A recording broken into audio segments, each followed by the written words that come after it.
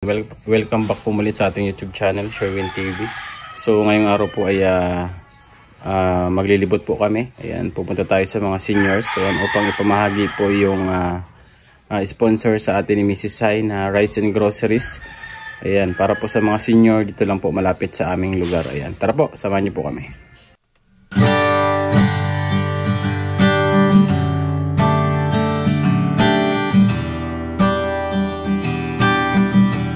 Ayan, andito na po tayo sa isang seniors na una nating bibisitahin dito sa aming barangay. Ayan, malapit lang po ito.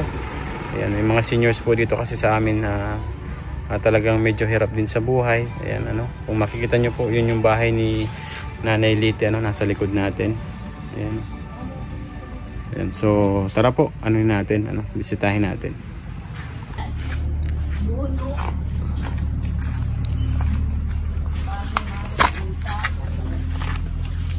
Ayan, magandang hapon po.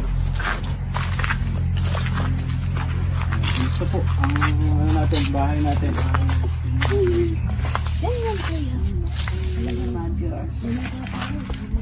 Simentado man pero nag-ano yung yung mga tulo na po yung bubong. Ayan, naliti nag-ano po kami, nag-ano kami ng mga seniors. Ayan, meron kaming ayan, binibigay na rice and groceries. Ayan. Siyempre galing po yan sa ating sponsor kay Mrs. Sai. And maraming salamat po kay Mrs. Sai sa pag-sponsor po sa atin para makapagbigay po tayo ng kaunting tulong po sa ating mga seniors dito. Ayan, hindi lang po yan si Nanalita ang magbibigay natin. Ayan, marami pa po. At meron pa po tayo doon ng naka-repack na pang bigay sa mga senior citizens.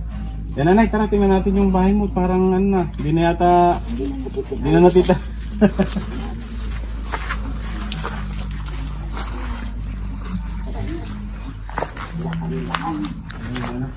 Saan po kayo natutulog ngayon? Titira na lang ako sa mga anak ko, mga asawa.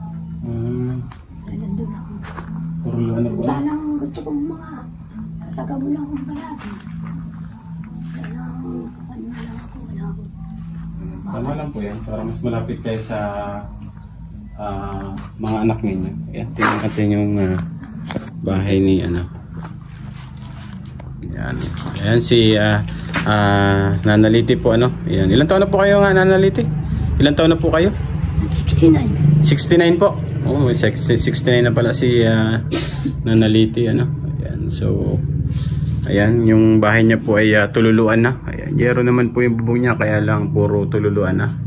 Ayan, ikutin natin, tingnan natin.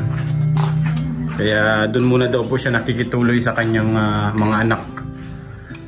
Yung may mais-ayos na bahay. Ayan. So ito yung bahay ni Naliti. Ayan. Ayan, inano po sa atin. Ayan, nilapit sa atin. Ayan, baka daw merong gustong makapagbigay po ng tulong. Ayan, butas-butas na po yung kanyang bubong. Ayan, so siya po ay nakitira doon sa kabilang bahay, doon sa bahay ng kanyang anak. Doon muna siya nakikitulog sa ngayon. Okay naman sana, kaya lang ay tumutulo nga daw po yung bubong niya. Butas-butas na. Ayan.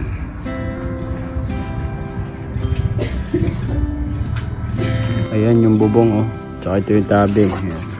Pakita natin dito si Nanaliti So sabi niya baka daw pwede siyang so, although naman po yung natin talaga, yung para sa seniors naman po talaga yung ating iikot na rice and groceries na sponsor sa atin ni Mrs. Sai.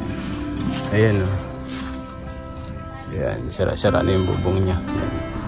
Baka daw po sakaling may maawa may makapagbigay kahit na mapalitan lang yung may mga butas na yero. Ayan kasi butas-butas na po talaga. Ayan. Ayan.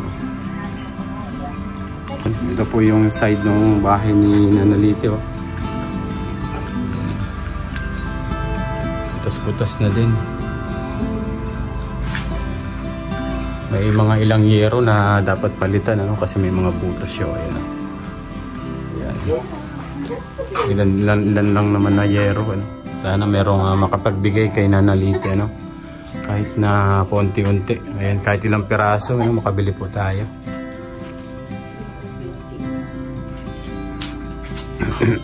Ayan. Ano kasama man yan ni Nanay dito? Nanaliti, baka po may gusto kayong panawagan sa ating mga viewers na baka maaaring mabigyan ng kahit na kaunting tulong. May mga yero po pala na dapat palitan, may mga butas na yung yero.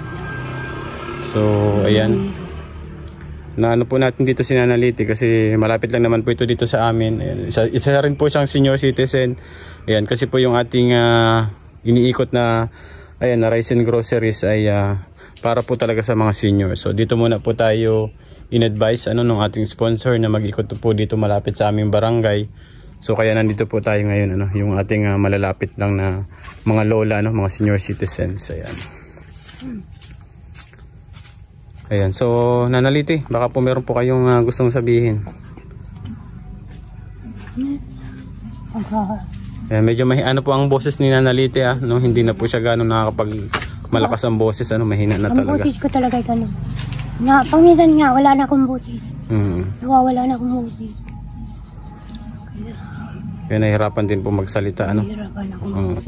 Kaya sabi ko dito sa mga anak ko, ito baka hindi man maintindihan nila mga salita ko. Ganun. Oo. So ayan, kasama naman po natin yung anak ni Nanaliti na nandito na. Ayan. Ayan, si Ate Silya, kilala din naman po natin to dito, kabarangay din natin. Ayan, Ate Silya, sa ngayon sabi ni Nanaliti sa inyo sa nakikitulog, Oo.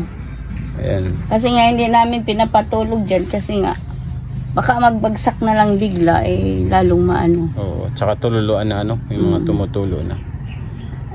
Sira-sira na yung mga kahoy-kahoy na naanohan ng yero. Palitan na din yung mga niya. Oo. Ayan, sana meron sa ating viewers na merong magbigay man lang kahit pampalit pampalit lang sa bubong. Pampalit hindi naman namin maabot kasi yung bahay nga namin pinapagawa namin unti-unti. So kaya po pala ngayon si Nanaliti ay sa inyo nakikitulog muna habang Tsaka si Kuya, yung kasama niya si Kuya Cesar yung nagkasakit. May sakit din Kaya ang dami kong obligasyon.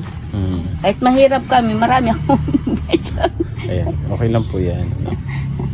Kaya yung bahay namin, sira-sira din. Hindi rin mapaayos kasi nga yung pera, pagkain. Inuuna mo na po yung pagkain. Ayan, so pagkain. Meron naman tayong naibigay kay Nanaliti, sana makatulong. Kahit kaunti, kahit kaunti makatulong ba, sa ating mga seniors. Ayan. And so Ate Silya, ayan, ano po yung masasabi nyo sa ating mga viewers? Ay masasalamat at na interview nyo si nanay kung sino man yung maawa man po na mabiyayaan po si nanay na kahit bubong lang naman para makatulog naman po siya sa sarili niyang bahay kasi sa amin man po yung bahay namin, siyempre may pamilya man na din po ako. Tsaka ang kuya ko nandun din po, nahihiya man din po sa amin. Kaso wala pong magawa at sira-sira nga po ang bahay nila. Tapos may sakit pa, May sakit pa si kuya din po, may sakit. Hindi makapagtrabaho din. Hindi yung nagtatrabaho at may sakit. Muntik nang mamatay yun. 2 beses na na-hospital yun.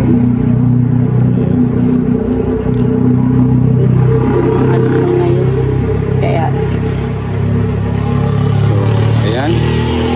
Sige po Naliti, kami po ay magpapaalam na. Ayan, maraming salamat po sa inyong oras, sa pagbibigay nyo ng oras.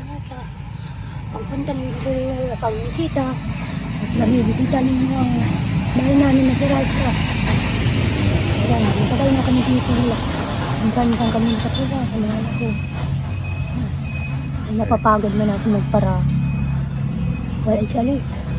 Sabi ko kay Silya na lang na nakanta. Malapit dito. Kapag kukuha ko naman ng pati ng pag namiting ako sa senior. Ayan, medyo mahina na po talaga ang boses ni Nanaliti, kasi na siya, baga, na ang kanyang lalamunan, mahirap nang mag produce ng sounds. Ayan. So ayan, maraming salamat po.